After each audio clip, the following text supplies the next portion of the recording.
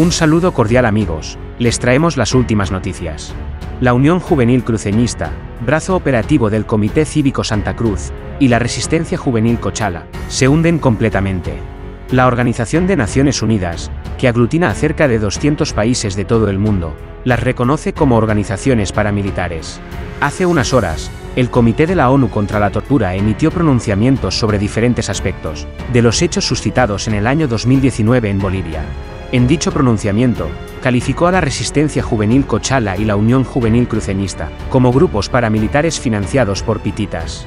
El Comité contra la Tortura, CAT, por sus siglas en inglés, perteneciente a la Organización de las Naciones Unidas, ONU, calificó a la Resistencia Juvenil Cochala, RJC, y la Unión Juvenil Cruceñista como grupos paramilitares que fueron financiados por pititas. Claude Heyer-Roussan, presidente de este comité, hizo las declaraciones en la sesión de Ginebra, Suiza, con relación a la crisis de 2019. El comité señaló, llamada Resistencia Juvenil Cruceñista, que se desplazaban igual que la anterior en motocicleta, por los llamados motoqueros, utilizando bazucas caseras o palos como armas, justificando su acción en defensa de la democracia, para apoyar en barrios a los opositores de Evo Morales y el MAS durante paros y bloqueos, afirmó. Durante la crisis de 2019, estos grupos operaron en los departamentos de Cochabamba y Santa Cruz para contrarrestar las protestas de sectores sociales. Los actos de violencia cometidos por estos grupos también afectaron a trabajadores de la prensa en ese entonces.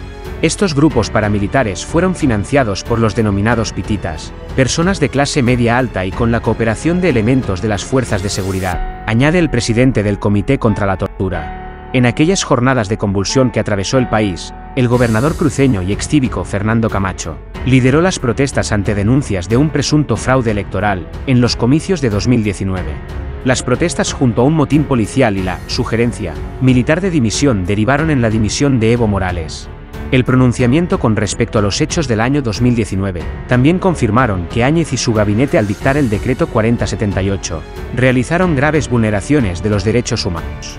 Escuchemos un extracto de sus declaraciones. Llamada Resistencia Juvenil Cruceñista, que se desplazaban igual que la anterior en motocicleta por los llamados los motoqueros, utilizando bazucas caseras o palos como armas, justificando su acción en defensa de la democracia para apoyar en barrios de Cochabamba a los opositores de Evo Morales y del MAS durante los paros y bloqueos. Estos grupos paramilitares fueron financiados por los denominados pititas, personas de clase media alta y con la cooperación de elementos de las fuerzas de seguridad. Llamada Resistencia Juvenil Cruceñista, que se desplazaban igual que la anterior en motocicleta por los llamados los motoqueros, utilizando bazucas caseras o palos como armas, justificando su acción en defensa de la democracia para apoyar en barrios de Cochabamba a los opositores de Evo Morales y del MAS durante los paros y bloqueos. Estos grupos paramilitares fueron financiados por los denominados pititas, personas de clase media alta y con la cooperación de elementos de las fuerzas de seguridad. El uso de la Biblia y de la religión durante los cabildos de los comités cívicos jugaron un papel para justificar una causa divina de su movimiento contra el presidente Evo Morales.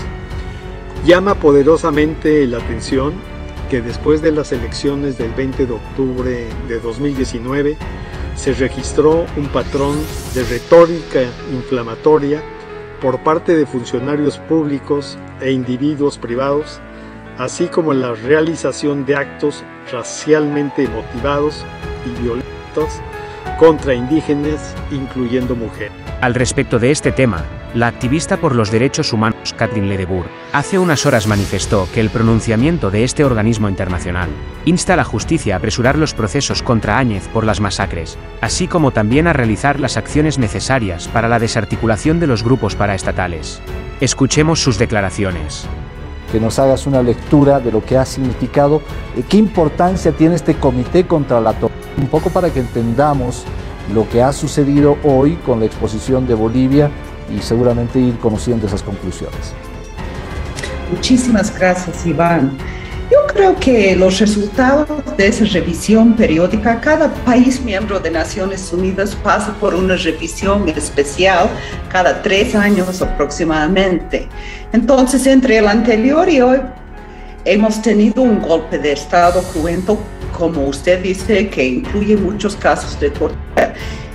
Las decisiones o las declaraciones de los relatores en este caso son importantísimos porque confirman los resultados, por ejemplo, del grupo de expertos independientes de la CEDH y del GIEI, que cada vez más organismos internacionales reconocen el golpe de Estado, las graves violaciones de derechos humanos, las torturas que ocurrieron, tanto como la impunidad que existe todavía en estos casos, y destacan la naturaleza ilegal de los grupos paraestatales como la Resistencia Juvenil Cochala, los Cascos Blancos, la Unión Juvenil Cruceñista, entre otros.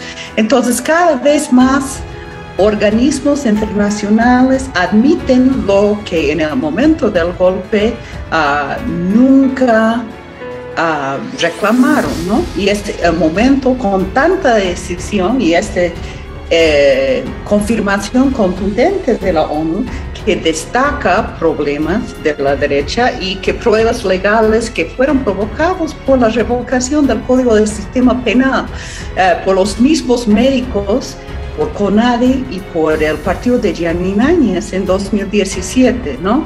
Es el momento de que la comunidad internacional reconozca y que avancen los procesos en contra de los responsables, en este caso específicamente para las torturas que hemos destacado también como sociedad civil en un informe conjunto con las víctimas de Guayani, los presos políticos y víctimas de tortura de Santa Cruz, de la zona sur de La Paz, con Patricia Arce, con la COD, el equipo jurídico de la COD de Santa Cruz y la Asociación Pro Derechos Humanos.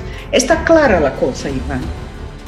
Catherine, la relatoría de este comité contra la tortura, a través del señor Claes Persson Heller, menciona precisamente el Decreto Supremo 4078, que ha sido el decreto de la muerte, así lo conocemos acá en Bolivia, porque se dio vía libre para que las Fuerzas Armadas salieran con ese decreto y, claro, causen las muertes que conocemos, tanto en Sencata, en Sacaba, en fin, y la persecución que se dio. Aquí lo menciona, que la relatoría lo mencione y analice el Decreto Supremo que señala, otorgó facultades discrecionales a las Fuerzas Armadas para recurrir a la fuerza contra los manifestantes. ¿Qué significa? Significa que fue un decreto supremo completamente ilegal y violatoria de las convenciones internacionales de derechos humanos, Iván. Y eso quiere decir que son legalmente responsables los que jalaron el gatillo, los que dieron el orden, los autores intelectuales, los firmantes del decreto supremo, y eso es Gianni Áñez y todo su gabinete, ¿no? No hay vuelta que dar aquí sobre la ilegalidad, ni hay vuelta que dar sobre el impacto tremendo, violento y las torturas y muertes que ellos provocaron.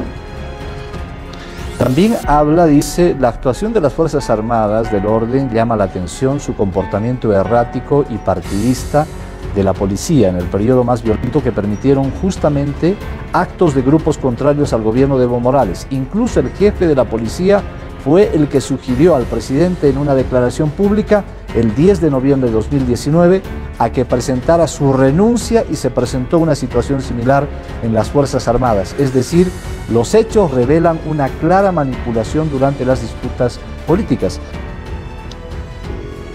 Este momento que hemos vivido hoy precisamente con lo que se ha conocido de este comité hace mención a Bolivia indudablemente, a los temas que estamos abordando, pero da recomendaciones.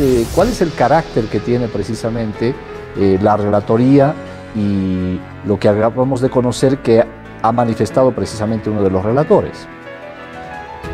Sí, bueno, esto va a aparecer en un informe. Ahorita si vamos al sitio web de la ONU, están los informes y la decisión de ellos final, basado en los comentarios orales y dando al Estado la posibilidad de aclarar cualquier duda o brindar cifras adicionales, va a ser un documento oficial de la ONU que va a destacar qué pasó, qué hace falta, qué reformas legales, cómo debe proceder para la justicia, y es un documento importante, guía, porque es basado en las normas internacionales de derechos humanos y como yo te dije antes, hay claridad en lo que pasó. Ahora lo que falta es que avancen estos procesos en la justicia para que las familias puedan estar ya tranquilos después de tanto dolor.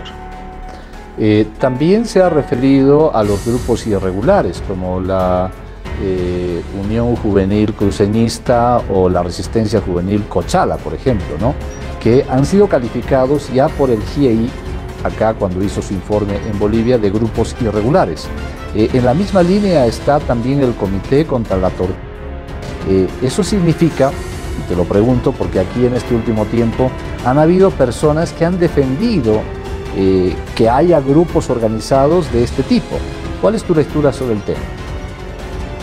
Bueno, yo creo que los organismos grandes de derechos humanos no es un capricho mío ni del Estado boliviano, de que son grupos paraestatales, son violentos. Por ejemplo, en el caso de tortura tenemos casos tremendos de tortura, golpistas, racismo, en el caso de Cochabamba y también en el caso de Santa Cruz. Este grupo ilegal operan al margen de la ley, como se acuerda muy bien Iván, en conjunción con las fuerzas policiales y algunos militares también. Entonces hay una responsabilidad dual, pero para llegar a la reconciliación, para ir más allá, para superar los daños, aunque nunca uno se olvida, tiene que haber justicia y estos grupos tienen que ser disueltos y los responsables procesados. Eso está claro y eso es el criterio en la comunidad internacional también. Suscríbete a mi canal para recibir más videos.